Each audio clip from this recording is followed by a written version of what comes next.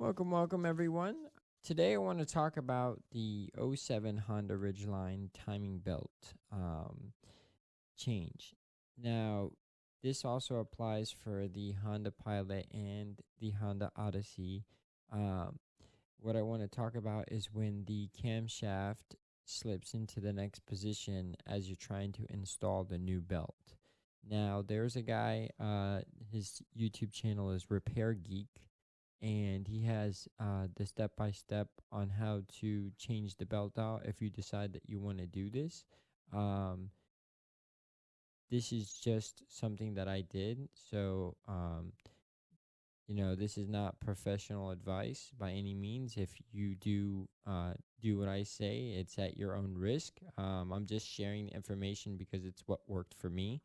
I went on many different forums on Google. I YouTubed. I could not find anything about this.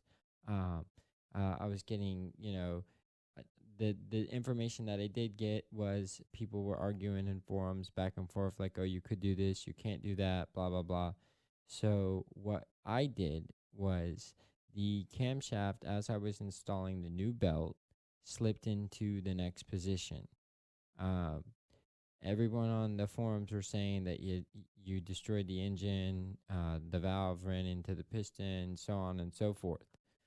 And then a lot of other people were saying that it's a non-interference engine, that you can just turn it back and it would be a-okay.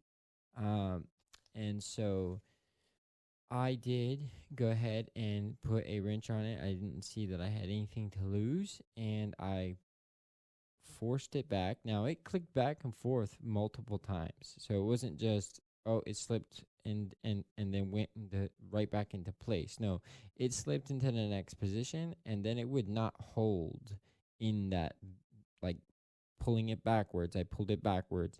It would not hold back in its original position in timing. And it actually went backwards the whole one, and then it went back and forth, and it was a very big struggle for me. I had to fight it to get it to hold. I had to hold it while trying to finesse the belt in and keep the tension, because that's like the most important thing, is that when you're putting the new belt on, you have to have all the slack down on the tension pulley, and you can't have any slack in the front or it'll jump timing. So basically, you have to, like I said, if you choose to do this, this is what works for me. My truck is up and running. I've been driving it for probably 6 months now. No issues, no knocks in the engine. I have full horsepower, drive smooth. It's my work truck, so I clean pools with it. So that's what I constantly do. So it's always start stop. I drive the truck thousands of miles a week. Um, so just my tip is, if you get stuck in this position where it does slip back and you can't find any information on it, this is what worked for me. Like I said, use it your own risk. Obviously, if you do it and it did damage something, that's not on me. I'm just giving you advice on something that I did and it worked. Um, Now, you could always get tips from a professional mechanic if you know one. If you don't, I went to a couple of shops around me before I even messed with it, and they all told me same thing. It was mixed. Some people said you could, some people said you couldn't.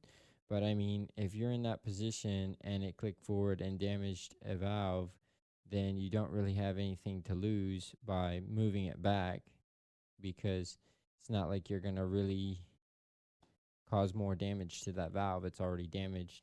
But like I said, it works for me. That's on a '07 Honda Ridgeline RTL V6 4x4. So I have four-wheel drive on the truck.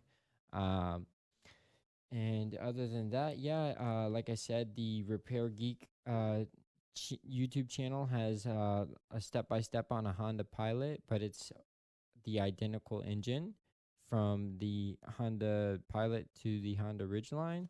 That was very useful. It was a very tough job. It was not easy by any means. Um, just as far as like room to work and how to get your tools in, you have to remove the motor mount and a bunch of other things. So it is time consuming, and you want to take your time, obviously, if you've never done it before. So it's a little longer than what he says in the video. But that's just because if it's your first time doing it, then it takes a little bit longer. But yeah, so thank you guys very much for watching, and like, subscribe if you can, comment down below if you have any questions, and I'll get back to you.